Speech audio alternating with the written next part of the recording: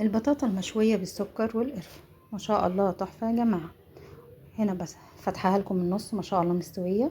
وده صوص الكراميل اللي نازل من البطاطا عبارة عن السكر والقرفة. هنا جبت البطاطا بتاعتي وغسلتها كويس، وعندي نص كوباية من السكر العادي بتاعنا، حطيت عليه معلقة كبيرة من القرفة، وهقلب ده كله مع بعض. والبطاطا بتاعتي بعد ما غسلتها كويس شقتها كده من نص من السكينة، اكتر من شق. حطيتها في الصينية بتاعتي وهرش عليها السكر والقرفة بالشكل ده، وهحطها على البوتاجاز على نار عالية لغاية ما اشم ريحة البطاطا. بعد كده هوطي عليها. في نص الوقت هحس ان البطاطا بتاعتي بدأت تستوي، هزودها نص كوباية من المية، وبرضه هخليها بوتاجاز على نار هادية لغاية ما تستوي خالص. اخدت معايا تقريبا وقت تقريبا ساعة، ساعة وربع، لغاية ما اخدت الشكل ده، ولا حطيتها تحت الشواية ولا حاجة. بالهنا والشفا.